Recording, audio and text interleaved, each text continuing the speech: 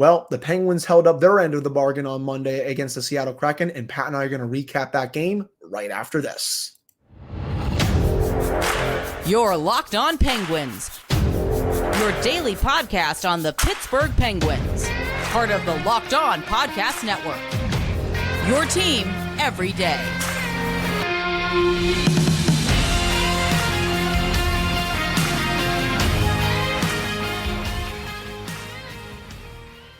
Hello, welcome back to another episode of the Locked On Penguins podcast. I am one of your hosts, Hunter Hodes, joined by my co-host, Patrick Damp. You can follow me on Twitter at Hunter Hodes. You can follow Pat on Twitter at @SinForWet, and you can follow the show's Twitter at LO_Penguins. Of course, thank you all so much for making this your first listen / watch of the day. We are free and available on all platforms. And finally, today's episode is brought to you by Game Time. Download the Game Time app, create an account, and use code LOCKEDON for $20 off your first purchase. So Pat and I decided to go on a field trip to PPG Paints Arena on Monday to watch the Penguins play the Seattle Kraken. We decided to do this late on Sunday evening. Tickets were pretty inexpensive, to be honest, and that's expected because the Steelers are playing at 4:30 later on that afternoon on Monday.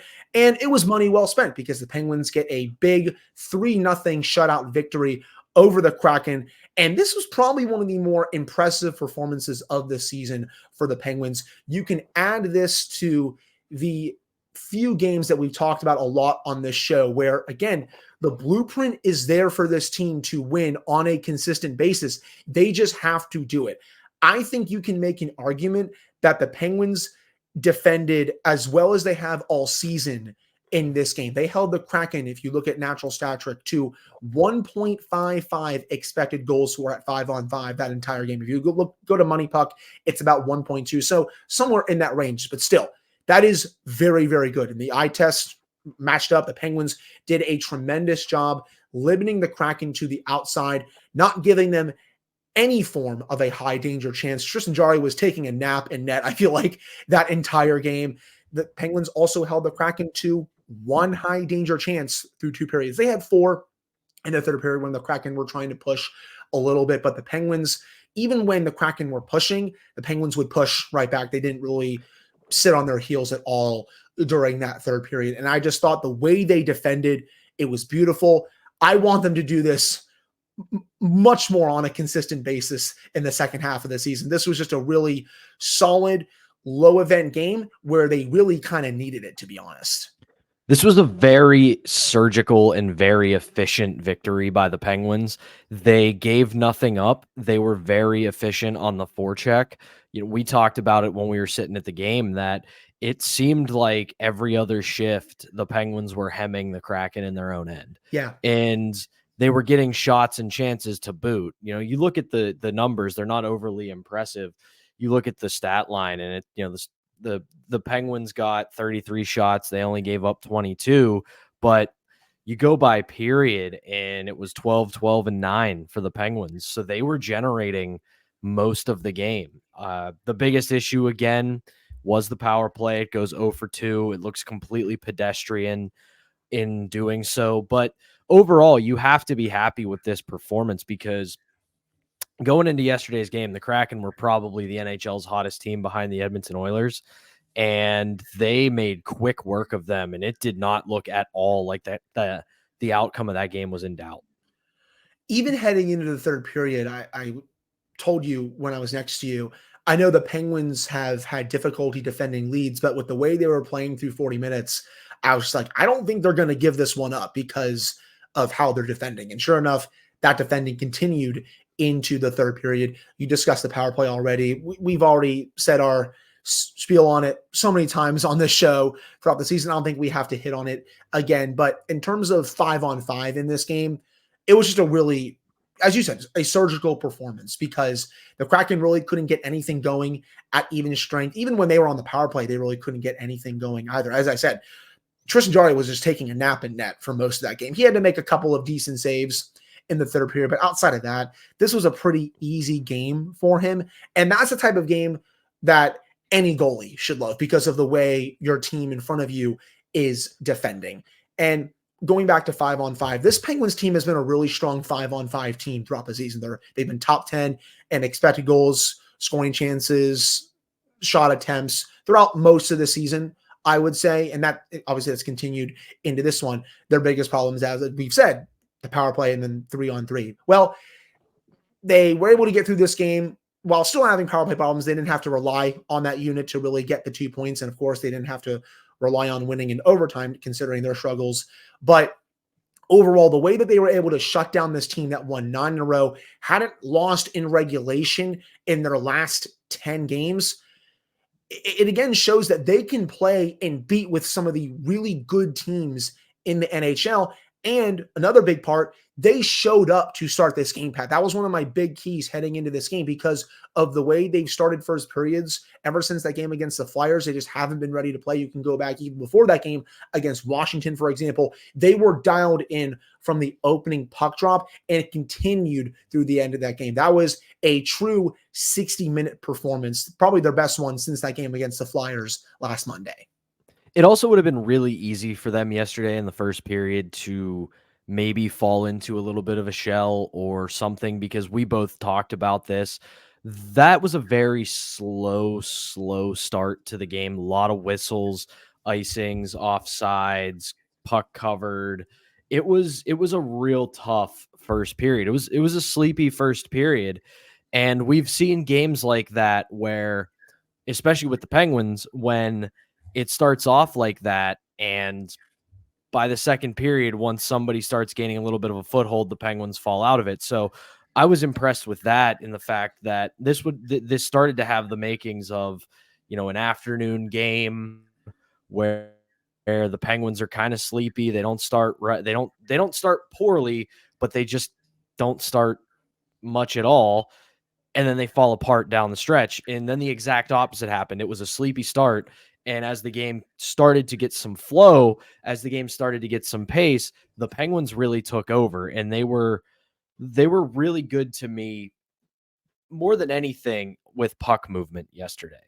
One thing they did really well was they were very smart with the puck. They didn't, outside of the power play, did not take a lot of risks with the puck. A lot of the passes were high percentage, simple passes. They didn't try to get too fancy through the neutral zone. If they didn't have anything, they put it deep and went to work. And when they got looks at the net, they shot the puck. We kept talking about it yesterday watching the game. There was a handful of chances where they just gave what Seattle presented. There wasn't any sort of, hey, let's try to go back and forth, crisscross, mismatch, do all that. If we have a shooting lane, take it. And that's what they did. And it was a very efficient victory. And I feel like this could have been worse than 3-0, to be honest. I thought Joey Daccord was keeping the Kraken in the game throughout. I thought the Penguins played I already said it, a tremendous first period, and Daccord made some really nice saves on the Penguins. For a second, I was like, okay, I really hope this isn't going to be a classic. The Penguins dominate, but they lose like 2-1 or something just because they can't finish their chances, just because they haven't been a good finishing team all year. But they're able to finish on a couple of chances to start the second period to really, I guess, put the game out of reach at that point, though I know the Penguins have had trouble defending leads at this point this season. But at that point, with the way they were playing, I was like, okay, I'm at least decently confident in their ability to defend the lead. And sure enough, they were able to get the empty net goal later on in the third period. But this was another great game by number 87. And what was it, Pat? What type of game was this? It was a vintage Sidney Crosby performance. Goal number 25 and goal number 26. What a release to make it 2-0 in the second period, and then gets the empty net goal. He probably could have had a hat trick in this game, to be honest. Daccord zoned him on a couple of really nice chances outside of the 2 goals that he had.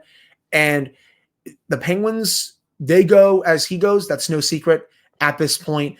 And I mean, I'll keep saying that the fact that he continues to put performance after performance like this season, it just continues to show why he is still one of the 5 best players in the league and why he should continue to be a favorite for the Hart Trophy. I mean, it's incredible to watch. It's not just that he's putting up points and scoring, which is obviously very important and very impressive at his age. It's that he is involved in every aspect of the game still. He's still very much a very good defensive center when he needs to be. He is been one of the best face-off men in the NHL this season overall. And you look at the way he plays the game, he's still playing it down low in the offensive zone. He's still creating turnovers when he's on the forecheck. He's still making passes that make your head spin. And I've said it before on the show, he's doing the thing that the all-time greats always do. He is dragging his team into the fight. This Penguins team has its issues, and they need to get better. They need to get some better depth, and their defense needs improved. But night after night, Sidney Crosby is dragging this team into the fight and almost willing them into a playoff position, which makes me laugh because we're not going to get into it today. But you look at all the Jake Gensel trade rumor discourse. This guy is playing this way after missing the playoffs last season. Yeah, try to tell him you've traded his most favorite winger in the middle of a playoff push and see what happens. And the funny thing is, you mentioned the playoff spot. By points percentage right now, the Penguins are in a playoff spot. I know when you look at the standings, they would be 1 point out, but by points percentage, they're one of the top 8 teams in the conference right now. Imagine telling Sidney Crosby, oh yeah, we're going to trade Jake Gensel, even though by points percentage, you're one of the 8 best teams in the conference right now, and you are very much in the race. I just don't fully see it at this moment. Obviously, things can change these next 6 to 8 weeks before the trade deadline, but ever since Kyle Dubas challenged this team, the Penguins have won 10 of 16 games, and they've only lost 3 times in regulation. By standings-wise, they are 1 point out of a playoff spot. But they're also 4th in the Metropolitan Division, thanks to getting some help from the Boston Bruins. They beat the New Jersey Devils on Monday, and the New York Islanders got shut out by the Minnesota Wild. We'll discuss the Minnesota Wild a little bit later on this show because of Marc-Andre Fleury. But Penguins got some help yesterday, and all of a sudden, they're now 4th in the Metro and are very much alive in the playoff race. But that'll do it for this first segment. Coming up in the second segment, Pat and I are going to discuss Drew O'Connor's game, another shutout for Tristan Jarry. Plus, maybe we'll dive a little bit more into the playoff race as a whole. But before we get to that, we got to tell you all about Game Time. You shouldn't have to worry when you're buying tickets to your next big event. Game Time is the fastest and easiest way to buy tickets for all the sports, music, comedy, and theater events near you. With killer last-minute deals, all-in prices, views from your seat, and their best price guarantee, Game Time takes the guesswork out of buying tickets. It's the only ticketing app that gives you complete peace of mind with your purchase. You can see the view from your seat before you buy, so you know exactly what to expect when you arrive. All-in prices should total up front, so you know you're getting a great deal before you check out. You can also buy tickets in seconds with just 2 taps. Take the guesswork out of buying tickets with Game Time. Download the Game Time app, create an account, and use code LOCKEDON for $20 off your first purchase. Terms apply. Again, create an account and redeem code LOCKEDON for $20 off. Download Game Time today. Last minute tickets, lowest price guaranteed. All right, we're back here on this episode of the Locked On Penguins podcast. I'm one of your hosts, Hunter Hodes, joined by my co-host, Patrick Damp. So I'm going to continue to shout out Drew O'Connor as long as he continues to play like this. He gets his 6th goal, opens the scoring for the Penguins against the Kraken. By the way, really nice feed by Brian Rust to get that puck to O'Connor, who makes no mistake with that one-timer past Joey Decord. But O'Connor continues to play at a very high level. These last 3 weeks, I think, have been his best hockey as an NHL player, and he's very much deserved that promotion to Evgeny Malkin. We've talked about that on the show numerous times. But when the Penguins have needed depth scoring outside of their top guys, Pat, he's been there to do it these last few weeks, and it's been awesome to see because he is looking like a bona fide NHL player right now. After there were some questions earlier on this season and last season, there are really none right now, to say the least. No, he's been very impressive. And the biggest thing I saw from him yesterday was the physicality. He laid one of the cleanest old school hip checks I have ever seen in person. That was awesome. And it was beautiful. But that's the kind of game that he's going to have to play to continue to push this team back into the playoffs. Is he's going to have to score, but he's going to have to play with some snarl. He's going to have to be the guy who, you know, I was saying it last segment about Crosby. He has to kind of be the guy that drags the top 6 into the proverbial fight. And when the puck goes into the defensive zone and a guy's coming up the wall unchecked, put a body on him. When the puck goes into the corner in the offensive zone, put a body on that defenseman. Let them know you're coming. Because the best teams in the NHL right now, for the most part, when you look at something that they have some sandpaper. And this isn't saying that you got to become a team that fights, a team that hits. You don't got to become a dead puck era, big physical, slow team, but you have to make sure that your opponents understand it's going to be a long night when you play them. It's going to be a night where your defensemen, when they retrieve the puck behind their net, are going to have to pay a price every single time. There was a moment early in the game yesterday, and I told you about it, and you kind of gave me a look like, what the hell are you talking about?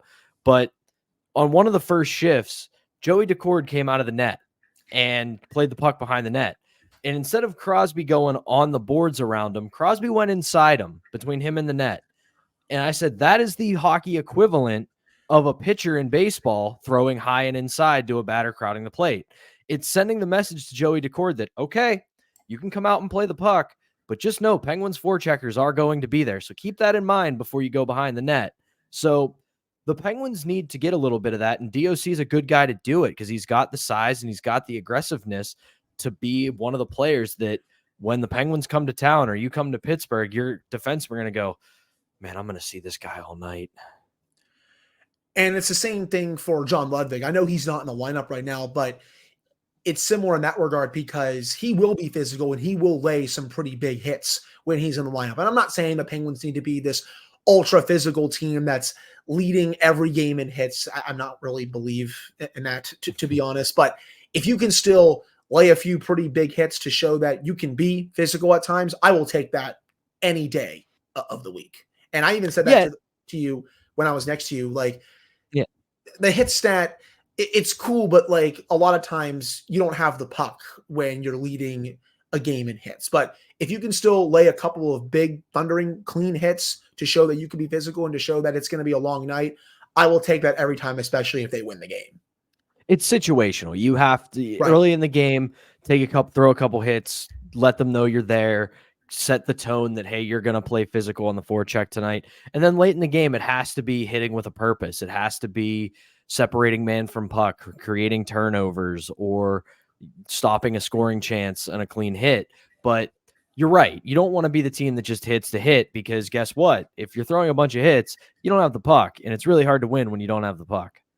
Sources say it is hard to win when you don't have the puck on your stick. Breaking news on the Locked On Penguins podcast for all you listeners and watchers out there.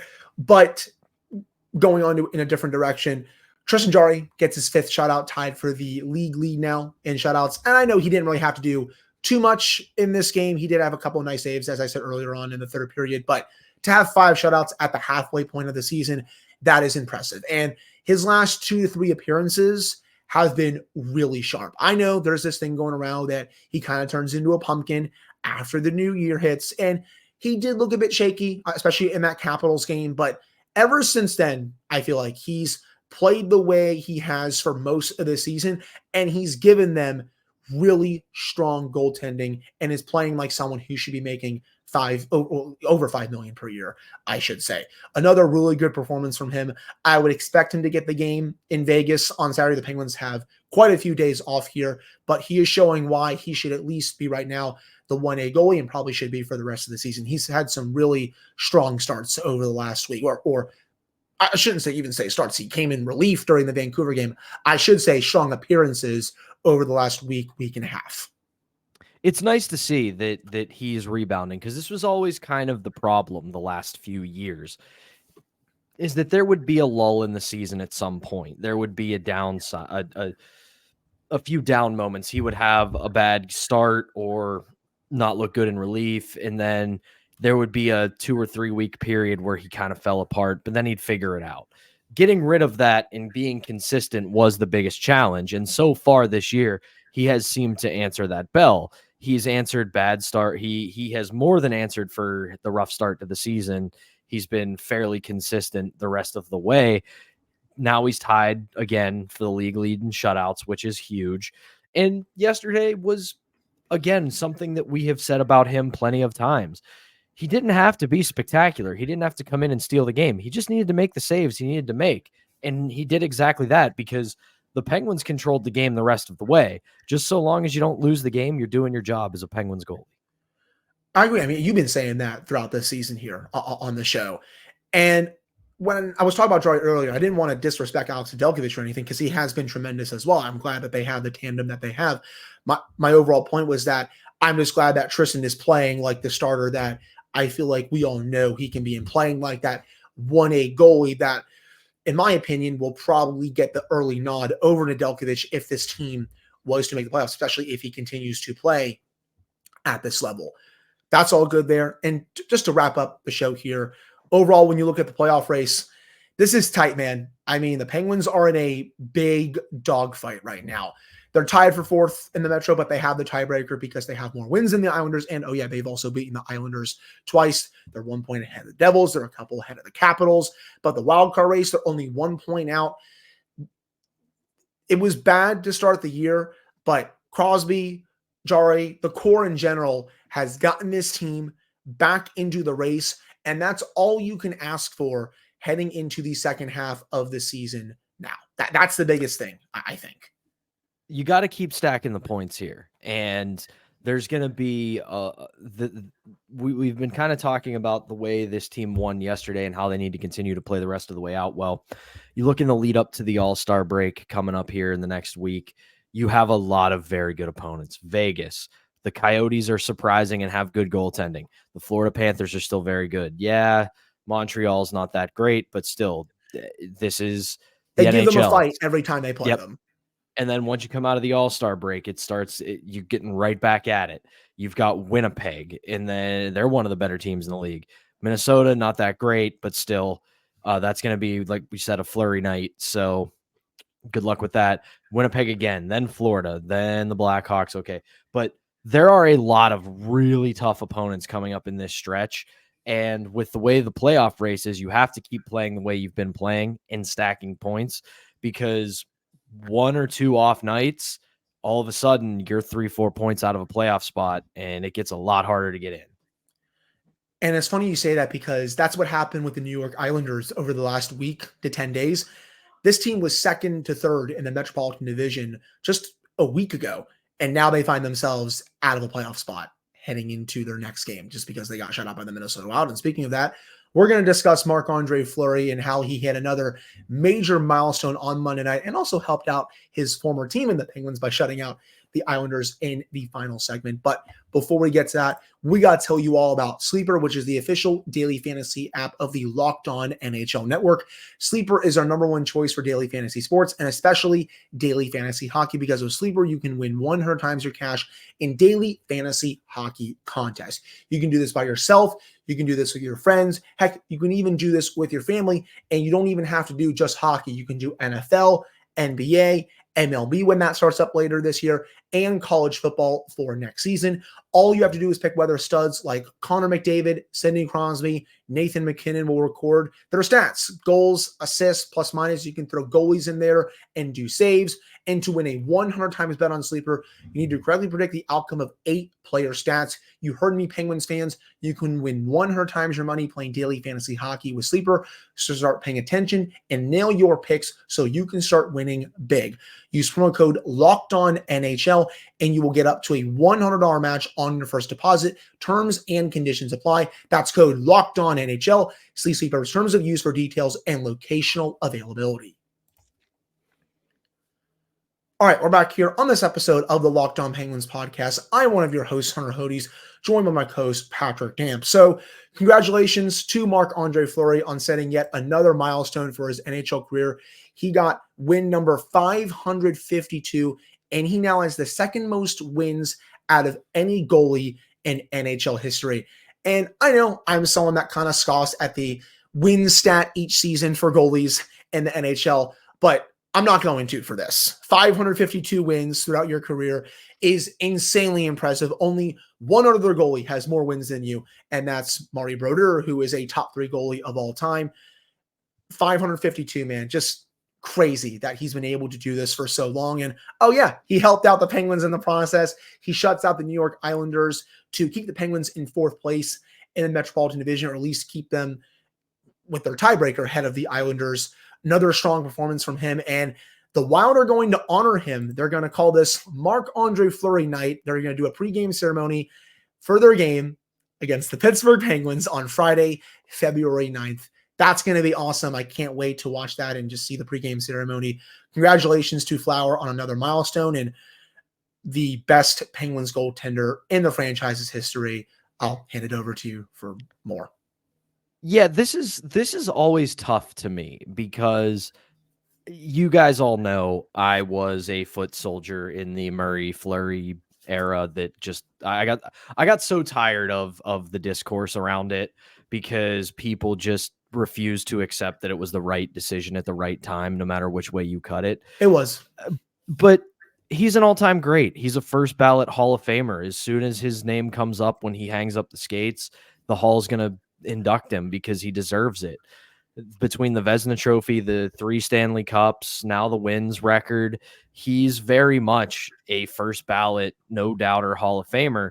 But the thing that makes it so bizarre to me is outside of the 1 year with Vegas, you really can't say that he was like the most dominant, best goalie on the planet.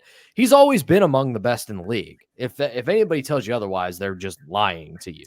But it's incredible to watch because you look at a lot of the names that he's around right now with the wins record, Waugh, Brodeur, Belfour, a couple others, Roberto Luongo, and you remember a run of time when those guys were on top of the mountain. They were the best goalie in the league. When your team played their team, chances are you were getting 1-2 goals max, and a lot of it was going to be because of the goaltender.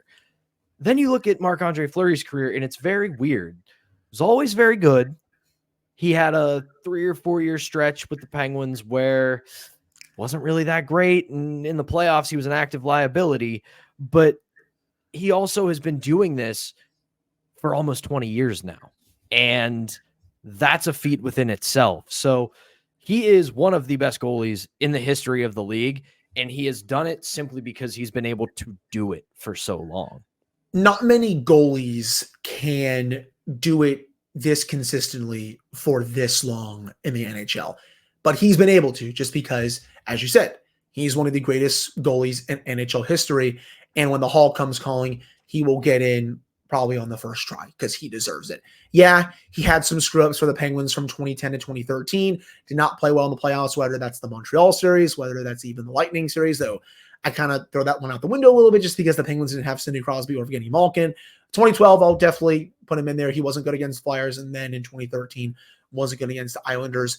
But outside of that, I will say in the playoffs, he's been mostly pretty good. 2008, he was one of the biggest reasons why they got to the Cup final. 2009, obviously he makes the save on Nick Lidstrom in Game 7. He was fine in the playoffs that year. He wasn't as good as he was in 2008, but he still was able to do the job for the Penguins. And then even after 2013, fine in 2014, 2015, he was fine. 2016, he didn't really play that much, but 2017, I'll always say Fleury started it, and especially against that series against the Capitals, he was, I think, the main reason why they won that series. But Murray, yeah, they don't beat the Capitals without Marc-Andre Fleury. They don't.